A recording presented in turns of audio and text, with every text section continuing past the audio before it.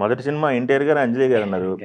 But మనకెళ్తే ఎప్పుడో తెర మీద చూసే ఎన్టీఆర్ గారిని డైరెక్ట్ చూస్తున్నాం. ఏంటి మీ పరిస్థితి అప్పుడు?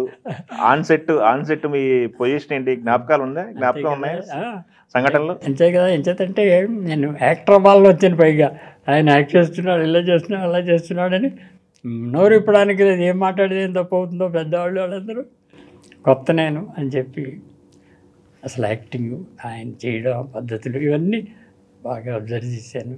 చాలా గొప్ప అవకాశం. నేను అసిస్టెంట్ డైరెక్టర్ అయిపోయాను ఇండస్ట్రీలో అనేంత గొప్ప ఫీలింగ్ వచ్చింది.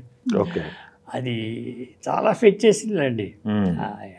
ఎంట్రన్స్ ఇండస్ట్రీకి జీతం లేకపోయినా అప్పుడే నేను జీతం లేదు, బీఎస్సీ పాస్ అయ్యాను, ఇంటితో చెప్పకుండా వచ్చేసాను.